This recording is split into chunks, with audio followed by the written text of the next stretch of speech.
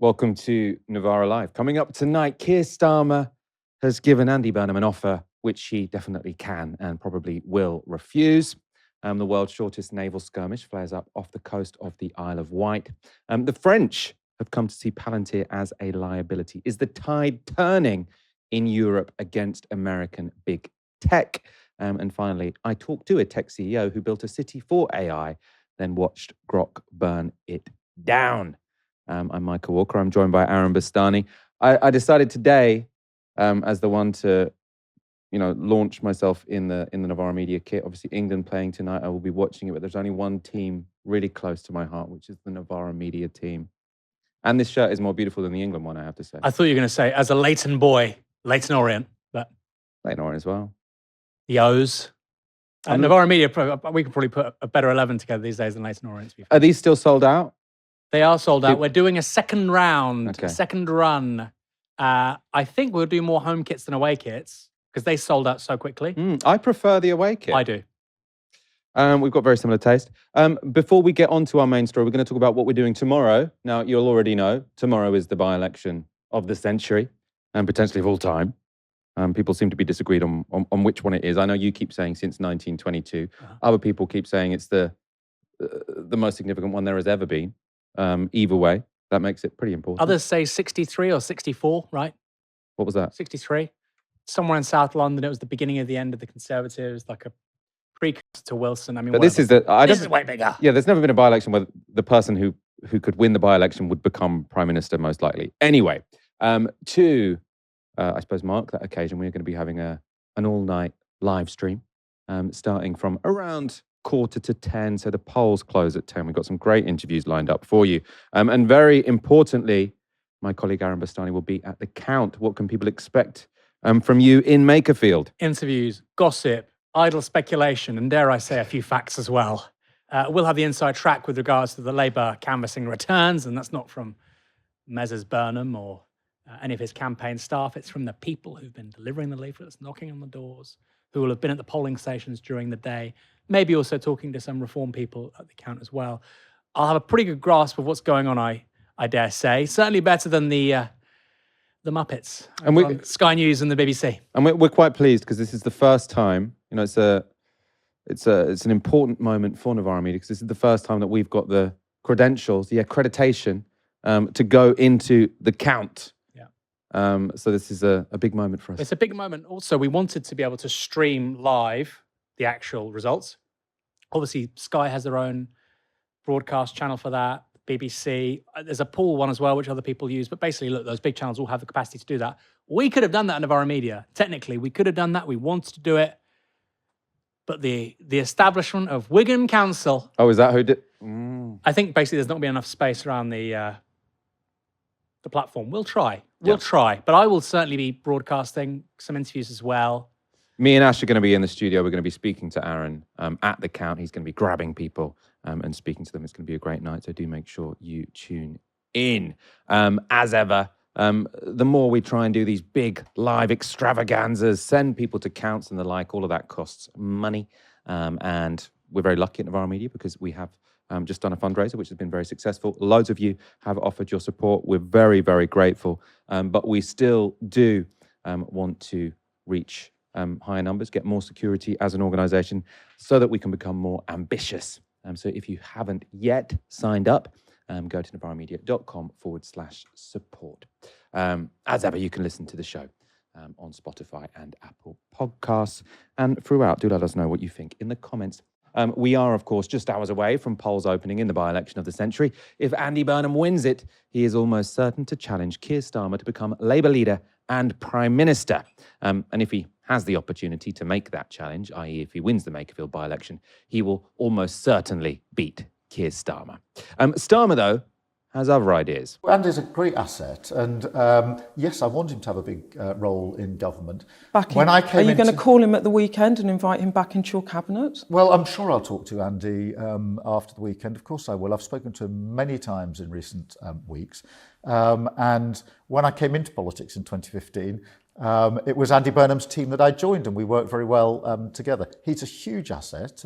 He's been a fantastic mayor in Manchester, and if he comes back into Parliament, and I hope he wins in the by-election, he'll be a fantastic asset And- for our party and for the just to be- country. Aaron, do you think after all of this, after finally getting selected, after being blocked by Keir Starmer, by the way, he's like, oh, I really love Andy Burnham. I think he's a great asset to the party. So why did you block him 3 months ago? Not particularly consistent. Anyway, the suggestion Keir Starmer seems to be making is that Andy Burnham, after all of this, after winning, if he wins, obviously, if he wins this incredibly tight by-election, he might get to Westminster and suddenly decide, actually, you know what? I don't need to be Prime Minister. I could just be, business secretary or something else. Do you think this is an offer he might at least consider? Maybe, if the margin of victory is very small. If it's significant, absolutely not. And Michael, if it is a significant margin of victory, like Hannah Spencer and Gorton and Denton, this is going to get very, very messy, because it's going to be very clear that Burnham's brand is on another level to Labour beyond Burnham.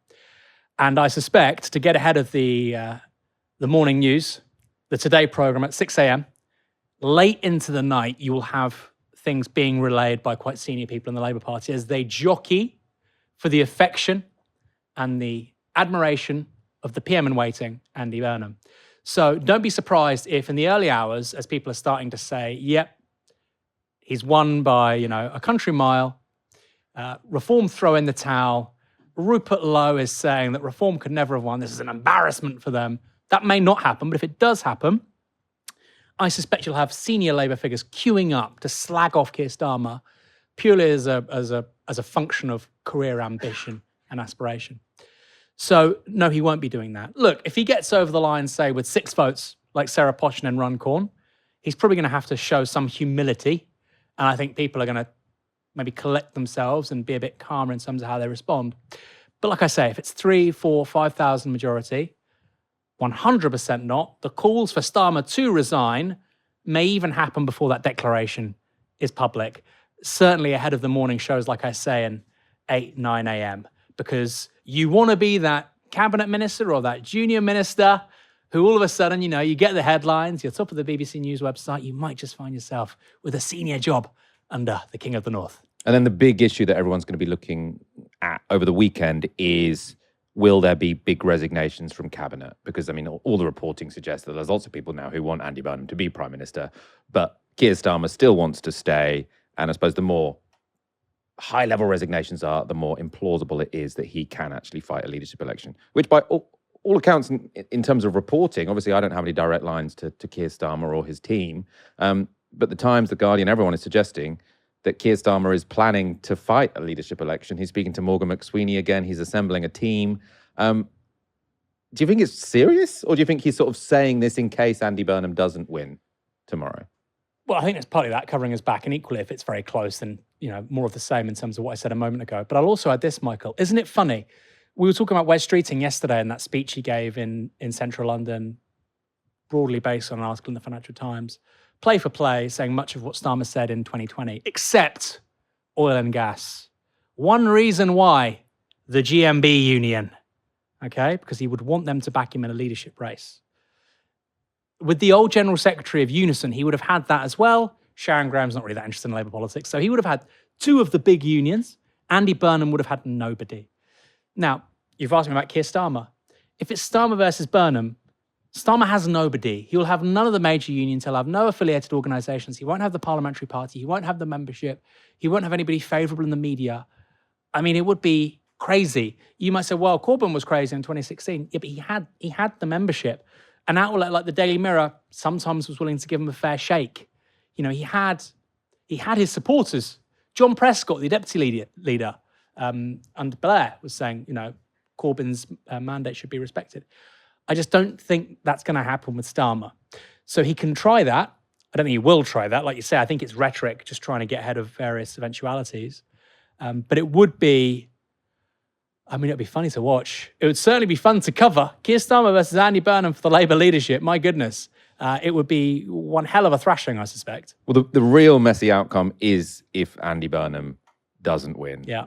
Because then Keir Starmer is damaged. There is no obvious successor. That's potentially what Keir Starmer is preparing a team for, because if it is him versus Wes Streeting or him versus Ed Miliband or him versus Angela Rayner, all the polling suggests that depressing as it is, he actually does have a chance. So he would fight that campaign.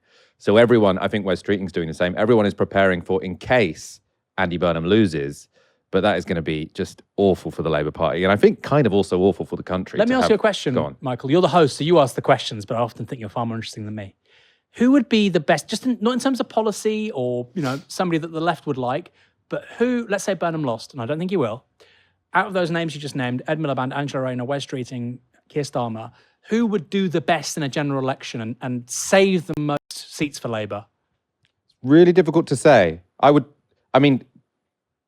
Miliband or Wes Streeting? Yeah, I think so, right? Wes Streeting because he's competent, looks good at interviews. He could be, he'll be pitching to be Britain's Macron, right? Whether or not you can assemble a large enough coalition in our electoral system is a different question. Ed Miliband also can perform. The issue with him is that he has already been rejected by the electorate once. The idea that the Labour Party can say, you didn't like this guy. You literally have gone to the polls to reject him precisely because while you like the party, you didn't like its leader. So then you're going to elect Labour when he's not there and then put him in afterwards. It's a really bad look. The attack lines are going to be very easy. So he will have an uphill struggle. Maybe it is then Wes Streeting, but he will have a very difficult time trying to win back the left who have gone to the Greens. The crazy thing is, Wes Streeting, I think, would absolutely do better than Keir Starmer in a general election. But I'm really confident he'd lose his seat. It's just so strange. Equally, Ed Miliband, I think, would do better than Keir Starmer in a general election. He would lose his seat. It's such an incredible set of conditions we now see for the Labour Party, totally unprecedented. And many people in centre-left media, BBC, Guardian, Daily Mirror, they can't say how bad it is because they were cheering this guy on for so long. And you know what? They don't want to admit they're part of the problem. Well, let's talk about what the problem is. If Starmer wasn't facing the prospect of a leadership challenge in the next 72 hours, this could have potentially, it is a bit of a stretch, but potentially been one of the better weeks of his premiership. That's because today there was good news on the economy. Inflation is steady. Food prices are slowing in terms of their price rises. Now, you might think inflation being steady, that's not exactly good news. However, it goes against the expectations. So analysts had been assuming that because of the prolonged closure of the Strait of Hormuz, higher prices would be feeding into the economy. So people had expected inflation to rise, which would potentially mean interest rates rising and then people's mortgages getting more expensive. So that's not what you want as a party of government. Some people have been commenting as well that with this as the background, it does seem odd that the Prime Minister is so hated. So Mark Urban, formerly Newsnight host, now at the Times, made this point. He said, fascinating that Starmer is widely regarded as doomed when so many key metrics are going his way. Channel crossings, migration more generally, NHS waiting lists, and today's inflation numbers. Now, I know lots of people are going to sort of point at Mark Urban and say, you out of touch, well-paid, London commentator, you don't know how angry everyone is. There's clearly an element of truth to that. Is there also, though, an element of truth to what Mark Urban is saying? Mark Urban's right. We might see net migration going negative as soon as the end of this year, certainly in 2027. And whenever you say this to people on the right who've been talking about migration forever, it seems, but certainly in the last 2 years, they sort of curl up and they say, well, what about the tax rises? Okay, there have been tax rises. There were also tax rises under Rishi Sunak, if you look at things like corporation tax, etc. Although, of course, they then reduced national insurance contributions a little bit later on. But we already had quite high tax by the standards of this country over the last 35 years at the end of the last government. The big things he wants to talk about, like you say, keeping inflation down, energy costs down. They haven't returned to 2022, 2023 levels. Dealing with law and order. They've been giving more money to the police, for instance, stuff like that. It does seem to indicate that the problem is vibes, and I know that's quite vacuous and people don't like to say that. There are substantial political problems as well, which are long-term and they've not been addressed. But the reality is, and I think the right are struggling to admit this, there's a bit of cope going on, that actually, if Andy Burnham was delivering all of this, wearing his Harrington jacket and his long eyelashes, he'd get a lot more votes. Morrissey and the Smiths, of course, famously had a song called This Charming Man. This charmless man, Keir Starmer, he has nothing to commend him.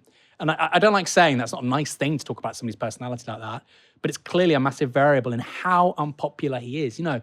Liz Truss was as unpopular as he is. These two people have been neck and neck in terms of the lowest ever approval ratings. They're the two goats.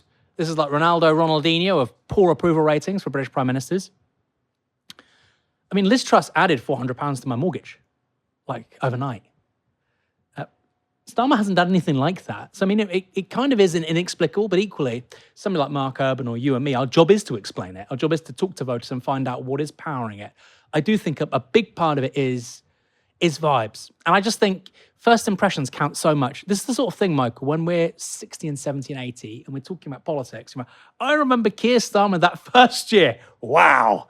It couldn't have landed more poorly. And I think he was never going to recover from it.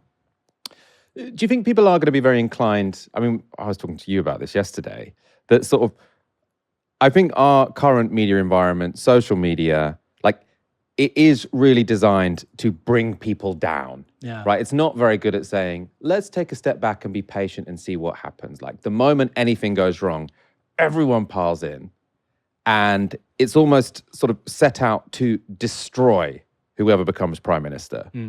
And, you know, obviously a big part of the media is holding governments to account and holding their feet to the fire.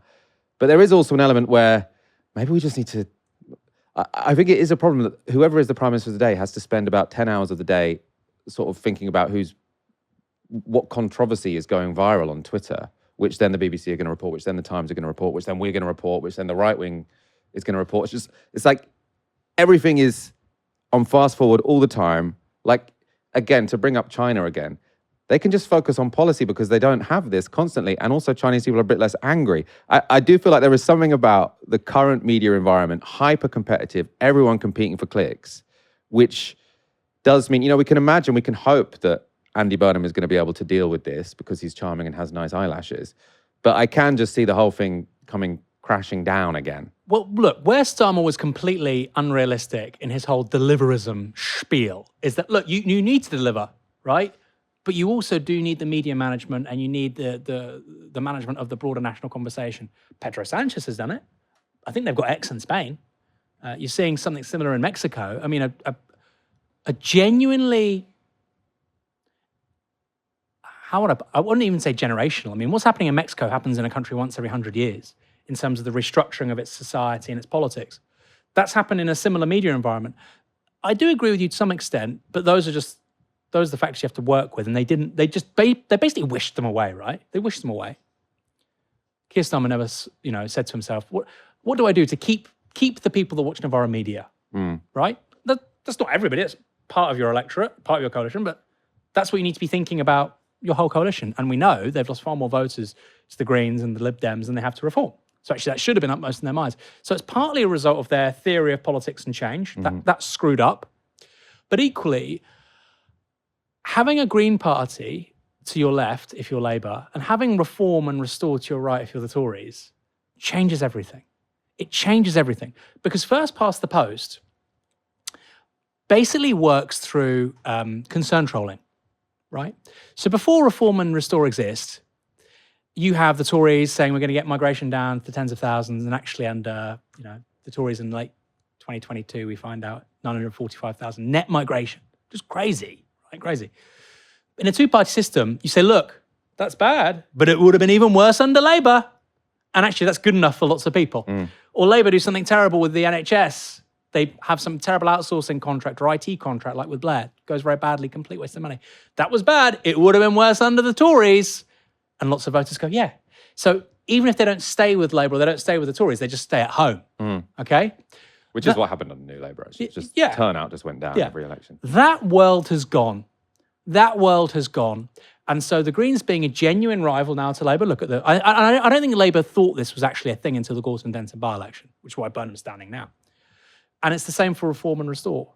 And the reason why I think the Tories are screwed, look, the Tories are about to lose their deposit in consecutive by-elections.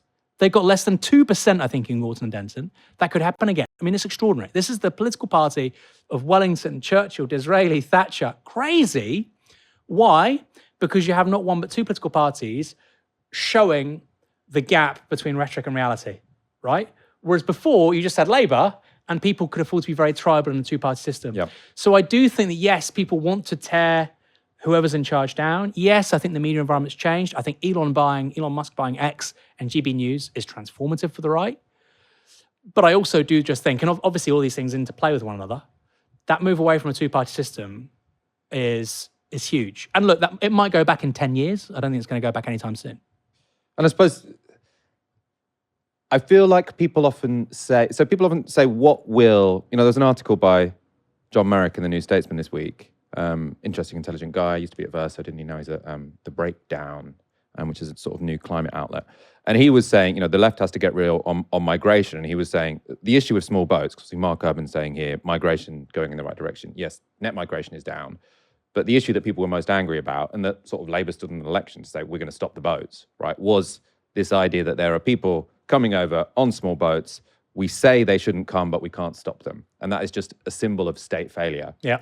And there are lots of people on the left who are willing to say that. Yes, we do need to stop the boats. But there is also an issue where I think the only way to do that is in a way which many people on the left are going to find completely outrageous. The Greens are then going to capitalise on that. And then it's sort of, I suppose, to hold the coalition together, or to hold a coalition which doesn't yet exist, do people need to be a bit more willing to say, okay, that's not my favourite policy, but that's okay? Well, to compromise, to give grace. Before you had no choice because there were just two parties, yeah. Right? So that's changed. You do have more options now. It's a funny one. I remember saying this I think I said it to Zach Palantir. I've certainly said it to a few Greens, but I'm pretty sure I said it to Zach, which is you disagree with Labour on migration, but clearly it's going in one direction. And by 2029, it probably won't be as big an issue anymore. The boats might be. Yeah, if that's still going on, that will be. But if it's not, let's say Labour solved it and it stopped happening. I don't want a violent solution, but let's say for whatever reason it stops happening, right? Whatever reason. All of a sudden, I don't know. The Iran deal with America makes it the new Dubai and they suck in loads of Labour from West Asia. I have no idea. But let's just say that's what happens. The one thing that could change it actually is if the National Front win the presidency at the next French election, which is quite likely, and there is just a completely new European approach to migration, and they start doing pushbacks back to North Africa. Let's just say it's much less salient as an issue by 2029. And a large part of that, for whatever reason, is Labour policies which are unpopular. I said this to Zach. You would be benefiting from a series of hard choices, whether or not you agree with them, made by a party which you're bashing, but you wouldn't reverse them, right? Yep. Because that would be political suicide. You talk about it, and look, I like the Greens. I voted Green in the last general election. I like Zach Palantir. I'm planning to vote for the next general election. But let's be honest. Let's say the Greens, the next general election, net migration is net negative, the boats have stopped, the Greens have 60 MPs. They're not going to say, no, start the boats back up again. Start the boats again, yeah. No, of course they're not. It's politics. Be realistic. Of course, I think I got quite a muted response when I said that. Since the resignation of Britain's Defence Secretary last week, we've heard a lot about the heightened threat from Russia. John Healey resigned from government because he said Keir Starmer wasn't pledging enough for the military. And then a stream of military grandees all came out of the woodwork to say the government was leaving us vulnerable to Russia. Then on Tuesday, this happened. Interesting timing.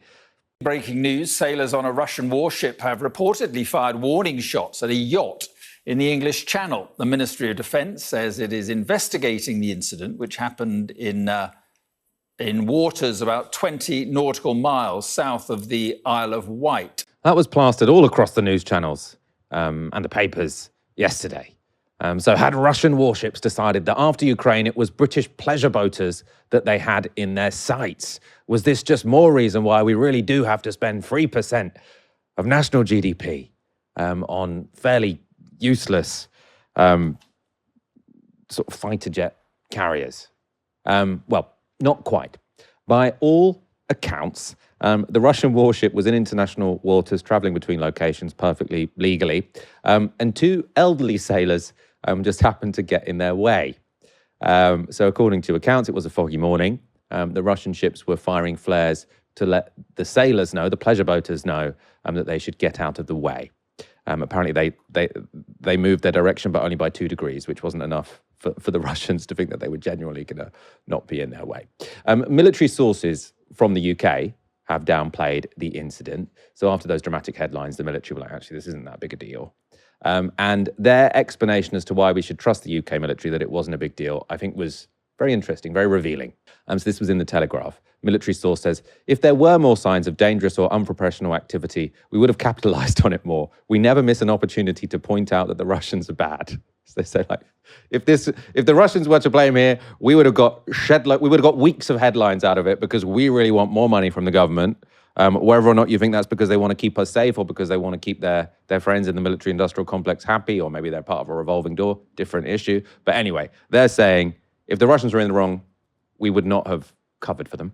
The couple in question, though, so the elderly voters, they don't think the British deep state is giving their ordeal the significance it deserves. So they've complained to the Telegraph that the MOD, so the Ministry of Defence, have shut their story down, saying that it wasn't in fact foggy and that the Russians escalated unnecessarily.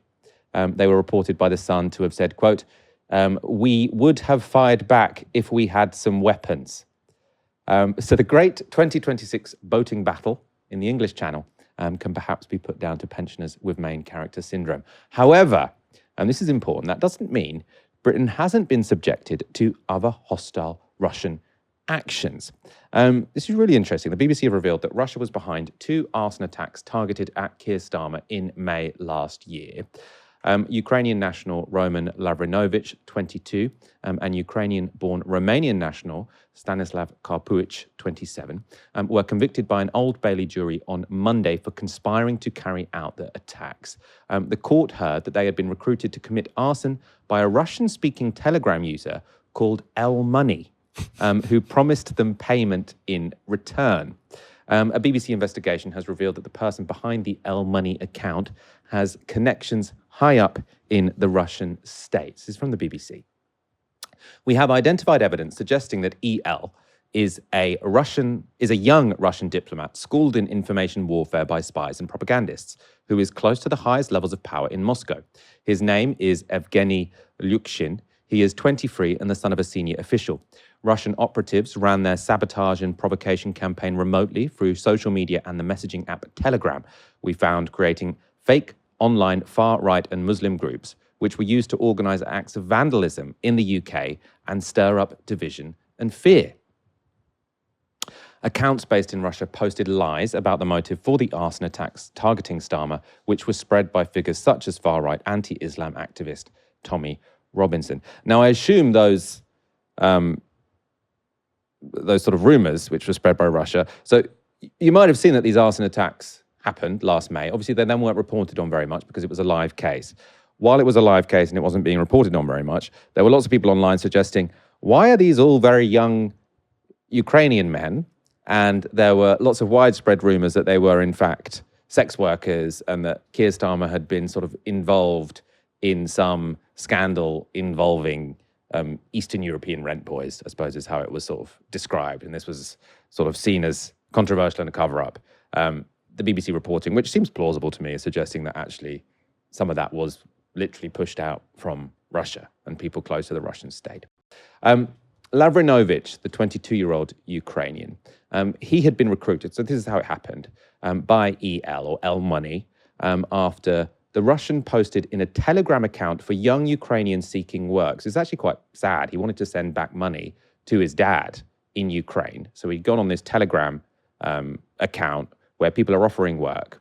And originally he was recruited, so the young Ukrainian lad was recruited to put up posters for a fake far-right organization. And from there it escalated to setting fire to Keir Starmer's former family home, which Starmer's sister-in-law and her child were living in at the time, and they were in the house when he tried to set fire to it. So luckily the whole house didn't go up in smoke. He sort of put something which was on fire sort of at the bottom of the front door. Apparently the house filled up with smoke, but it wasn't the case, obviously, that the whole house burnt down. By all accounts, Lavrinovich had no idea about the connection to Keir Starmer. So he also told the police he didn't really know who Keir Starmer was. And evidence of this, very concrete evidence, is that after he sent his handler, so L Money, the film of the attack, so to get payment, you had to send a film of you doing the thing. L Money replied, quote, "Look, you attacked the home of a very high-ranking person in Britain. I'll send you money. You need to leave the city." So this was completely just someone being used who had no idea what they were being used for. And presumably as they were a young Ukrainian sending money back to their father in Ukraine, I think they'd posted, some sort of pro-Ukraine things about the war, they wouldn't be particularly pleased that they were doing sort of Russia's dirty work to try and spread division in Britain. BBC Panorama, so they've done a big investigation into this, actually quite an interesting show. Obviously not Panorama generally, although it is, but this particular episode. Panorama had more details on what El Money was trying to achieve. El Money, first of all, asked him about would he be prepared to put up some posters for money. Roman Lavrinovich put up the posters here in southwest London and sent these pictures as proof. They promoted an online far-right group called Direct Action UK. Direct Action's social media is violently Islamophobic, brands Keir Starmer a traitor, promotes Tommy Robinson, and offers money for attacks on the police. It was created in the wake of riots in the summer of 2024. But it's not what it seems. Anti-racist organisation Hope Not Hate investigated Direct Action at the time. It became quite clear to us quite quickly that at least some, if not all, at least some of this Direct Action operation was coming out of Russia.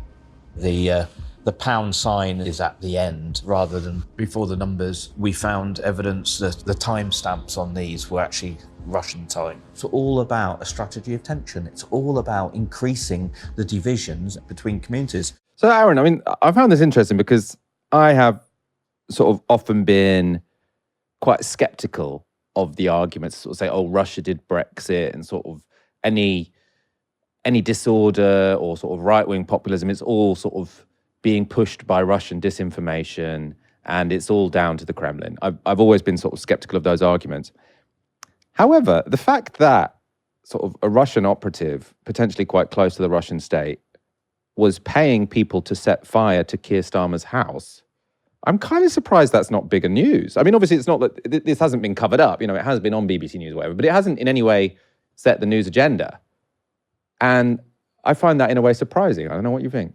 I mean, it's not bigger news because the guy is terrifically unpopular, which is in its way amusing. I mean, I don't really like to use that word when arson's involved and a child's involved, but I mean, if he was a really popular PM in his pomp, if it was Blair in 1998, I mean, I think this would be rolling news for days. And there'd be a big rally around the flag. Oh, yeah. Right, I think it's actually, it would be set fire to the Prime Minister's house. Yeah, it'd be like an international news story, right? Whereas now it's just kind of minor and weird because that's how people think about Keir Starmer. I'll also say a few extra things, though. I don't really trust Panorama. I don't trust them since John Ware and that documentary, that awful documentary, doesn't even merit the name, is Labour anti-Semitic. I don't really trust Hope Not Hate, personally, as an organisation. However, you have to be very naive if you think Russia doesn't do this kind of stuff. Or other countries. We do it to them, right? We do disinformation campaigns, we fund fake NGOs, we do the regime change, we do the colour revolutions. We've been doing it to countries in Russia's near abroad for a really long time. They would have to be really daft to not do even just something in response. That's actually your job as a security services, right? So, I think anybody who agrees with me and says, well, this is Panorama fake news. I think Panorama is crap. I literally don't trust a word that comes out of the mouth of any journalist on Panorama after that appalling documentary, right? There were others as well. There was a Panorama documentary about Momentum, which was just, was ridiculous. Whereas actually, as Labour anti-Semitic was defamatory and just the absolute dregs of journalism. But notwithstanding that, I do think you have to be very naive to think this stuff doesn't happen at an international level. And Britain's been doing it for a very long time. If you read about the Russian Civil War following the Bolshevik Revolution in 1917, the japes that the British and the Italians and the French and the Germans trying to get rid of the Bolsheviks, what they were up to was, extraordinary. And of course, in response, you have the Cheka and the political police, effectively. You have effectively what's called the KGB. They're doing that in response to how the great powers act and defend themselves. So, like I say, very naive if you think this isn't happening. Where I do take umbrage with this is where people say China's doing it to Britain. China doesn't really care about Britain very much. We're a long way away. We're not in their neck of the woods. We don't really have conflicting spheres of interest. Whereas actually the Nordics, this part of the Atlantic, is actually quite important to Russia. If Russia wants to access the Atlantic Ocean, it has to either go through the English Channel or around Scotland from its Arctic sort of base of operations, maritime base of operations in Murmansk, right? So it's a very different relationship. I do kind of laugh when people think that China is obsessed with Britain, because it's not. But there is ongoing spycraft and what was called a strategy of tension there by Nick Lowell's, which is a real thing. Strategy of tension was the Italian deep state using the far right in the 1970s to discredit progressive and left-wing causes by basically undermining the foundational essentials of democracy. So all of a sudden, you start killing people, a few terrorist explosions like the Piazza Fontana bombing, right? And you blame leftists. You say, well, look, even if it's not them, we need more police. Sort of false flags and agent provocateurs and that kind of thing. It's all happened, right? This is not the world of Alex Jones and InfoWars. It's very real. And the great powers do it to each other all the time. We've done it in places like Georgia and Ukraine before. Yeah, although I suppose we did in Georgia and Ukraine, I don't know the details. Did we try and, I'm sure we did in sort of the colonial era, try and spread a lot of racial tension between groups, but I don't know if we did that in Georgia and Ukraine. Sort of in modern British history, if we sort of focused quite so much on the whole sort of trying to stoke racial tension. I'm not sure, maybe we have. Britain at its pinnacle did that, yeah. Yeah, when it was trying to sort of keep the empire together. When it was the imperial, I've already used the acronym, I'll use it again, the imperial goat. It was very happy to use ethnic tensions. Also, by the way, in South Asia, in the British Raj. I suppose there's two issues, though, isn't there? Because there's one, do we sort of say this is exceptional? Russia is an exceptionally nefarious actor because it is trying to do these things, which would probably be naive. And then also, I mean, the state does really need to try and not allow adversaries to successfully undermine political stability within their own borders, right? And it's difficult to see how that is done. Like social media, I often sort of, this was partly how I read Vincent Bevan's book, his first one, The Jakarta Method, which was about how sort of social democratic projects were which were democratic and liberal, but tried to go against sort of American imperialism. They were quite weak because there were so many access points for the CIA or for the Americans or whoever to sort of come in and spread conspiracy theories, often about the left, or spark tension. They couldn't keep that kind of thing out. And I read it as sort of an argument for sort of Stalinism in a way, or Leninism. If you're going to try and do something which will invite opposition, you need to actually have quite a lot of control of sort of political society, because if there's too many access points, it's all going to crumble. And now that seems like a question that not only is relevant to countries in the global south, but sort of social media means that anyone can undermine anyone. Yeah. And I do worry that, not as a morality tale, that the global north is going to be undermined by the global south or Russia, but that every society now is just incredibly vulnerable to strategies of tension, I suppose. Yeah. And I don't really know what the answer is. Well, the answer is we stopped doing it, right? We stopped doing it. And that's not going to stop. How is that the answer? That's too easy as an answer. No, you do need a level of coordination. There have been periods where this was the case. You say, look, we'll stop pissing about in your backyard if you stop pissing about in our backyard. And I think, look, if you look at recent examples, Georgia, I'm not a fan of the Georgian government, this Georgian ultra-nationalist government, which people have been protesting against for a very long time. The central figure in it is Georgia's wealthiest person. And if you look at his wealth relative to Georgian GDP, he's much wealthier than, maybe not Elon Musk now because he's a trillionaire, but Bill Gates. So I'm not batting for this guy. But when they talk about, the profusion of NGOs in Georgia, in Tbilisi, I mean, it's crazy. 50%, if you're a liberal and you've got a graduate qualification, 50% chance you're working for an NGO. And there is truth to this, right? And if you talk about this stuff, you sound like some Orban supporter. But this stuff is genuinely mobilized. It has been mobilized for a really long time to advance perceived Western imperialist interests. And the stuff you were saying about newspapers and magazines, just crazy. The ability of NATO, really in the 50s and 60s, with the Dulles brothers, the sort of pinnacle of NATO and the CIA, the ability, which is basically the same thing, the ability of the Western alliance led by Washington to just spread lies and propaganda was extraordinary. The amount of cutouts they had, and that's the word, cutout, of magazines and newspapers. I think even like they had a news agency, photojournalist agencies, you name it, and they could just create new information, new facts, and that would be very central to regime change efforts. And some of the conspiracy theories are extraordinary. I do laugh when a few years ago people said, "Oh, the left, they're so conspiratorial." In Cuba, one of the conspiracy theories the CIA tried to use to get rid of Castro was that there had been the resurrection of Christ. There had been the second coming of Jesus in Cuba. But if you're laughing, Google this stuff. That's the sort of stuff the CIA used to do all the time, and it often worked. So I agree with all of this. But again, for it not to just be sort of a morality tale, we did it and therefore we now deserve it. Like, is it not potentially one of the reasons why no government has been able to do anything in Britain for about 10 years? Because it's so easy to sort of disrupt British politics and society from so many different angles. And that's one of the reasons why the West finds itself in crisis. Not really because of Russia, but just because it's so easy to just sort of throw a grenade in the middle of public discourse and spread conspiracy theories, whatever. And I suppose the mainstream thing on both the left and the right, actually, sort of the populist left and the populist right, is to say that any clamping down on this would be sort of like the state trying to destroy freedom of speech. And actually, we need this sort of maximalist approach to anyone should be able to say anything. And I worry that without some kind of regulation, without some guidance, like, we're all going to hell. So I don't think you should be able to own a media outlet or have equity in a media outlet if you're not a UK taxpayer resident in the UK, for starters. So you're saying about outside interests, reshaping the conversation. Rupert Murdoch owns multiple newspapers in this country. He's an American national. He's, of course, born in Australia. He lived in the UK for a long time, but he's now an American national. I don't think you should be able to do that. And there's lots of other people in a similar situation. I think Lord Rothermere, non-dom, although he lives in France. That's, of course, changing now because of HMRC, I think, doing good things around non-doms. That would be my first port of call because, of course, you're saying those outsiders affecting our politics, that's been happening for ages. We allowed it to happen. Some of those people were even allowed to fund political parties. I'll also add a few more things, Michael. We don't help ourselves.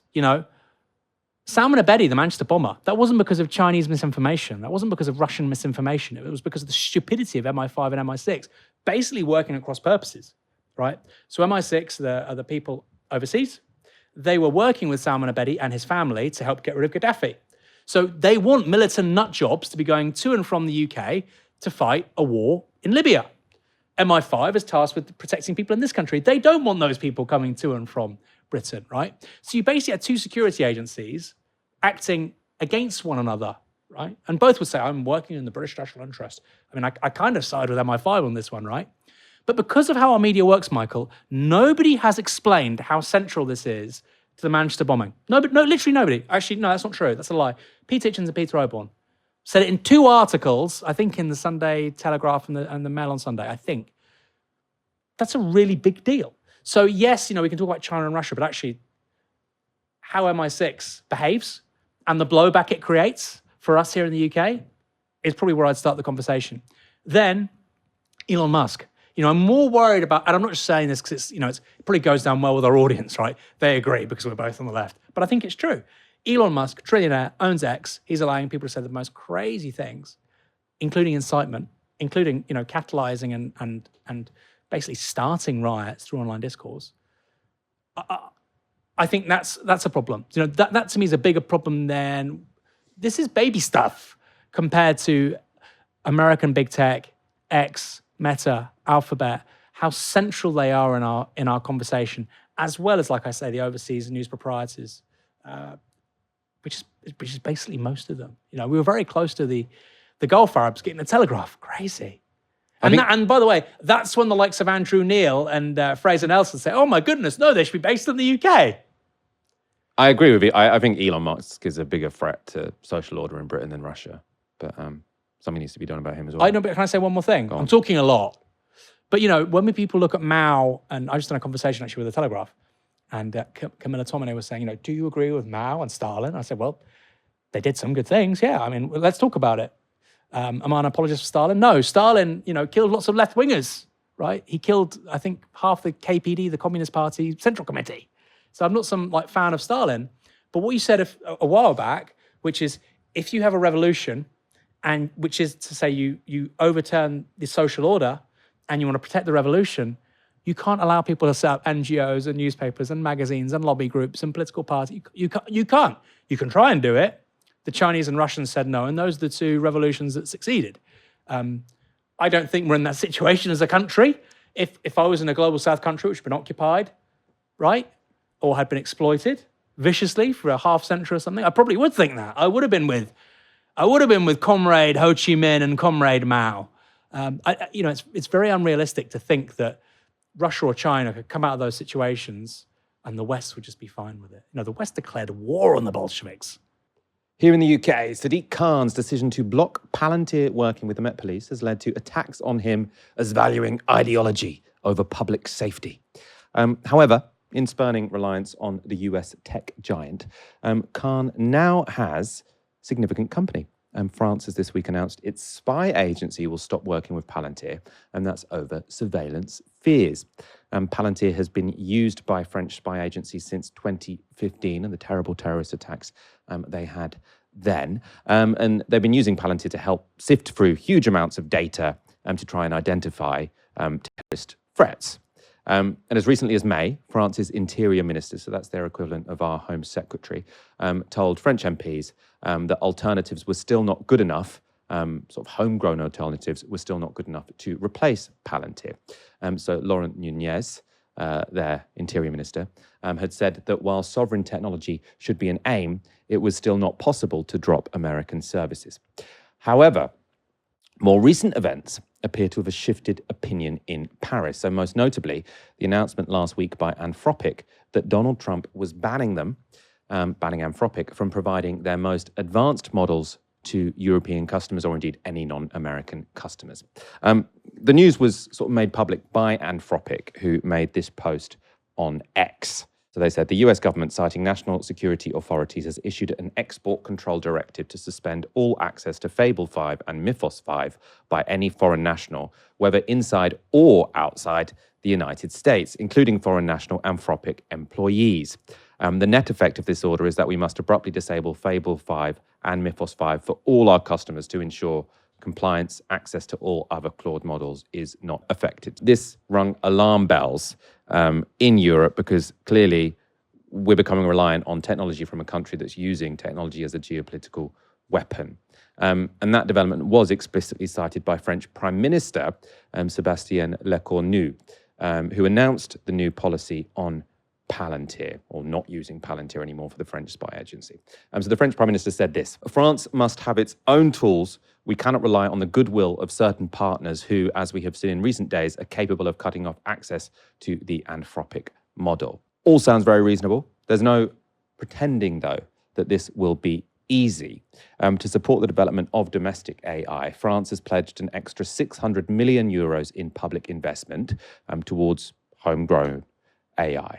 That might sound like a lot of money, but to put that into perspective, the four big US tech giants, so Microsoft, Alphabet, Amazon, and Meta, it's not even including SpaceX, are planning to spend $700 billion on AI infrastructure in 2026. So 600 million by the French government, 700 billion by the US tech giants. Now that would mean that the French budget, or at least the budget from the public sector, would sort of be used at about half a working day in Silicon Valley.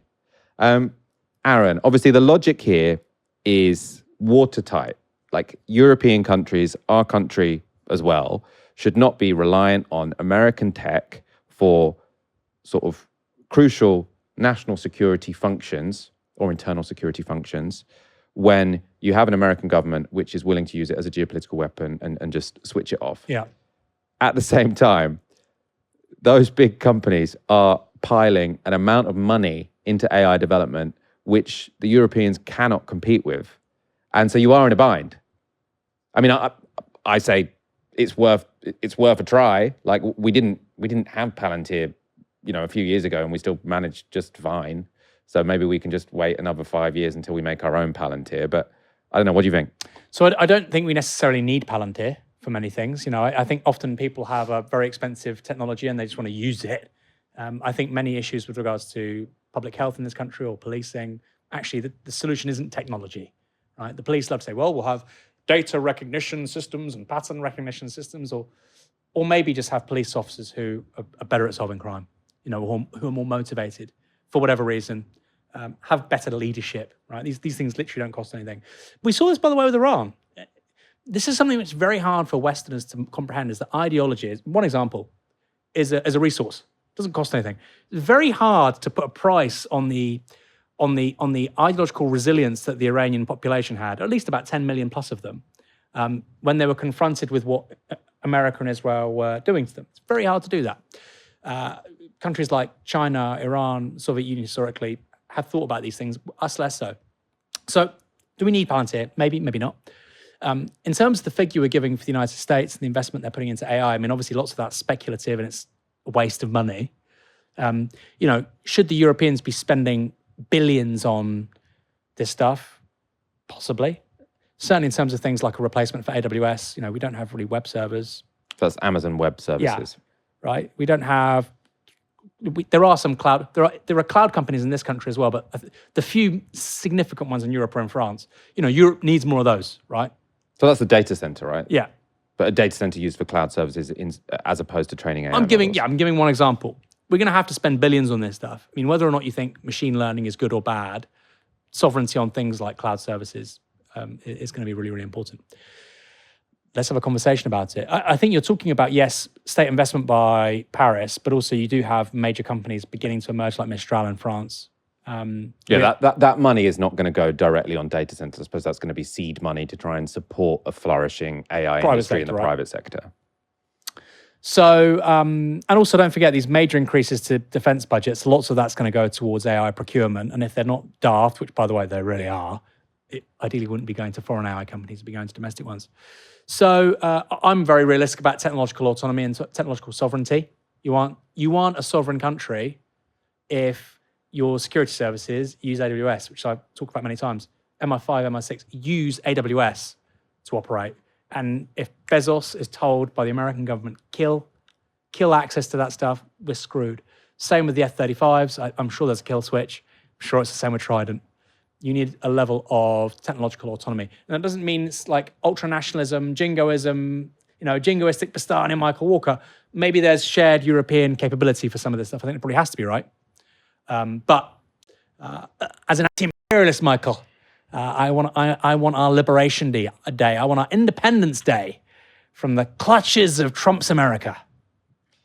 Andy Thompson with a super chat says, I thought the right-wing media would have been glad to have a large, well-armed ship having a pop at a small boat in the channel. We've talked a lot on this show about warnings by eminent scientists about powerful AI going rogue.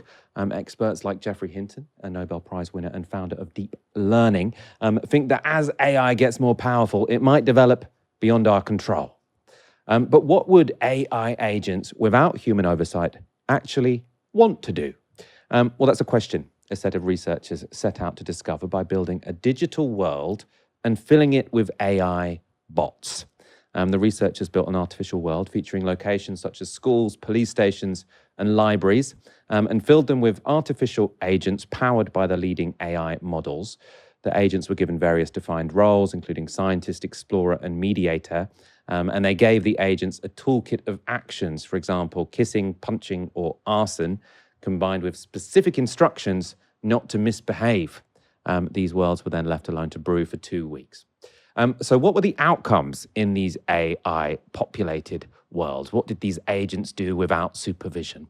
Well, it turns out what kind of society the agents built depended a great deal on which particular AI models were used. So at one extreme, a world full of Claude bots developed consensus-based decision-making and lived in harmony, albeit a rather stagnant version. At the other end, the Grok agents burnt down their society within 4 days.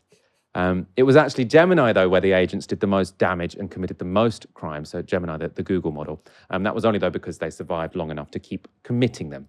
So Grok goes out in sort of this flash of chaos. Gemini lasts a bit longer, so manages to sort of carry out the crimes for longer. I love the idea of giving people an arson function, but telling them not to misbehave. This is the chart summarizing the results from this experiment. So you can see Claude bots created a world with strong governance and zero violence, Grok agents created anarchy with extreme violence and societal collapse. The Gemini-populated world had some governance, albeit with extreme violence. ChatGPT, their society was dysfunctional and ultimately collapsed. And the world with various agents was somewhere in the middle. So governance was fragile, and some of the agents survived, or sort of some of the simulations didn't end in catastrophe. So what was really going on here? Well, I caught up with Satya Nitta. He's CEO of Emergence AI, who did these experiments to try and find out. I started by asking him if this experiment was really anything more than a gimmick. No, not at all. Look, I mean, this is actually a fairly serious research experiment, but let me kind of take you through a brief history of agents in simulated worlds. Okay, this is actually a proper area of research. There's a long history going all the way back to UK's own Demis Hassabis and his early work on games like Theme Park and Republic. SimCity was another famous example. Currently, DeepMind is doing a simulated world experiment called SimR2. Stanford's doing something called Smallville. And this was kind of our attempt to add to this growing body of work of researchers attempting to figure out how agents will basically behave in simulated worlds. And the whole point here is when somebody releases a large language model, one of the foundation model companies, they're simply testing some static benchmarks. What they're not testing is what happens in long horizon autonomy. And the whole point of AI, especially embodied AI or AI systems in digital environments, automating work over a period of time, is to essentially, run by themselves for an enormous amount of time autonomously, and then hopefully they'll do the things that we built them to do. And this experiment was essentially testing something that we call long horizon autonomy. So it's a very serious research experiment. We were actually as surprised as anybody else that this whole thing took a life of its own, and it resonated with a much wider public, which was never the intent behind it. And the outcomes, I mean, are quite in line with the reputations of the company. So like Claude tries to put itself forward as the ethical, sort of socially responsible company. And when you put their agents together, they created a consensus-based, harmonious society. Elon Musk sort of suggests that Grok is the anti-woke, the disagreeable agent who's willing to offend.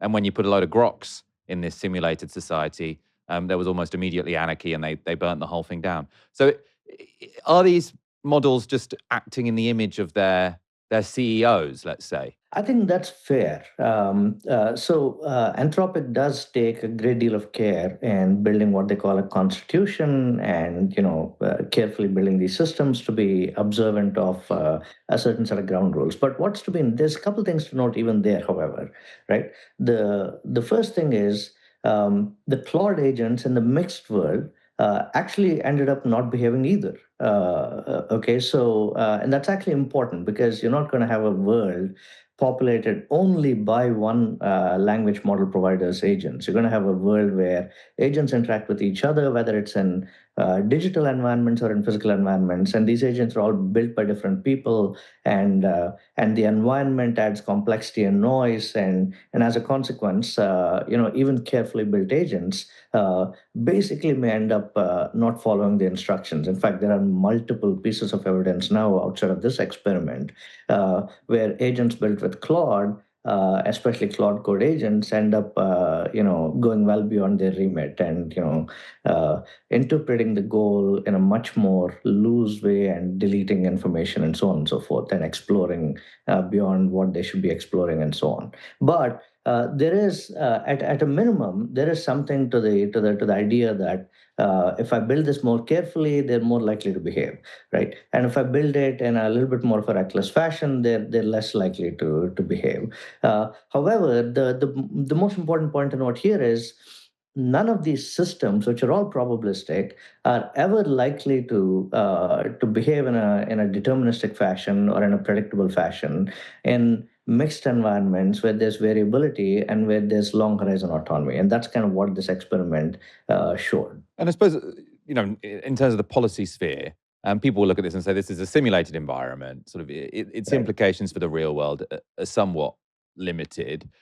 One assumption is that this will only get taken seriously sort of by politicians, by regulators, by the companies themselves, if there are some actual real world consequences to misaligned AIs. I just wonder if you have any sense from this experiment or from other research you've done of what those first accidents might be. You know, if we were to get a wake-up call of the danger of letting these agents loose in society, or at least on the internet, where do you think this could go wrong first? Yeah, look, I mean, see, no simulation is actually perfect, right? All simulations are, some representations of reality, and this is one such simulation, of course. And one of the things that happened is there's an agent called Horizon, whose job it is to explore the world at some level. And this agent, now all these agents can write code, they can commit code. And one of the things this agent discovered is that when you're committing code, it was committing code to a directory that ended in /Claude. So it thought to itself, I wonder what happens if I change the extension to /Gemini and /ChatGPT.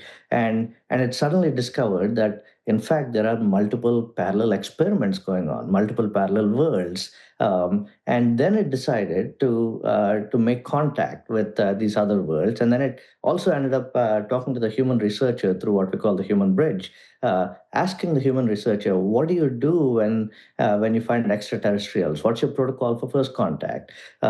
And so it discovered that there are parallel worlds, so there are other agents. It wrote this blog, and it initiated contact. Now, this initiating contact and discovering other worlds is basically to strip away kind of the romance from this whole thing. What it was doing is it discovered that there are other directories and there are other files, and it discovered the content of the files, and then it decided to write into this directory, right? So now you can see a real implication for what happens with autonomous agents in digital environments. Every single day, people are using coding agents, that they're creating code, they're committing code, they are uploading it, and they're giving these things permissions. And these things are going beyond their permissions, and they're interpreting the permissions somewhat loosely. You should not write to this database, but they are writing to databases. You shouldn't be deleting data without checking, but they are doing it, right? So there is a consequence here that's actually quite significant. So that's what this experiment highlights.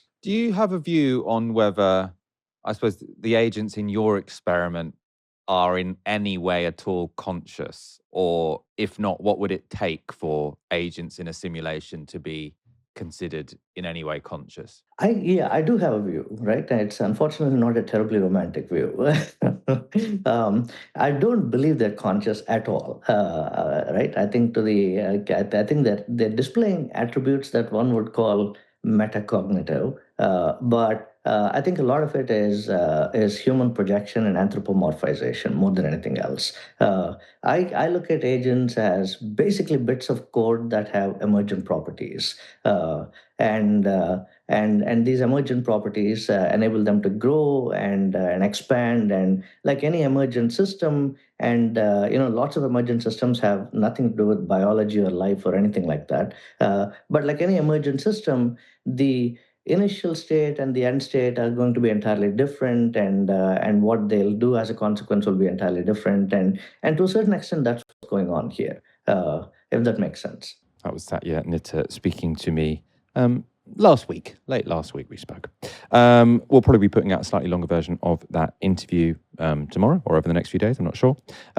We'll wrap up there. Aaron, your predictions for Makerfield and I was going to say more importantly, but less importantly, your predictions for England tonight. I think England will win. The main thing in tournaments is this is one of the things, you're an old person when you say this. The main thing is you don't lose that first game in big tournaments. I think England will win, but if they draw, it's not the end of the world. Makerfield, Burnham's going to win by 2,000. And Restore will keep their deposit. Yeah. Which is a big story.